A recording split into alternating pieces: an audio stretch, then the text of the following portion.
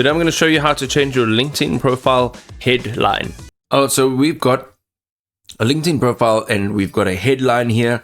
And my headline is content creator, video editor, voice actor, translator, data annotator. Now, if you want to change this, go ahead and click on this pencil icon. You'll see that you can actually change your first name, last name. We have some additional names here, and then you have your headline. Here you can literally add in whatever it is that you do, or the type of person that you are, or whatever it is that you'd like to showcase within a few words, 1 or 2 lines, what type of work you do.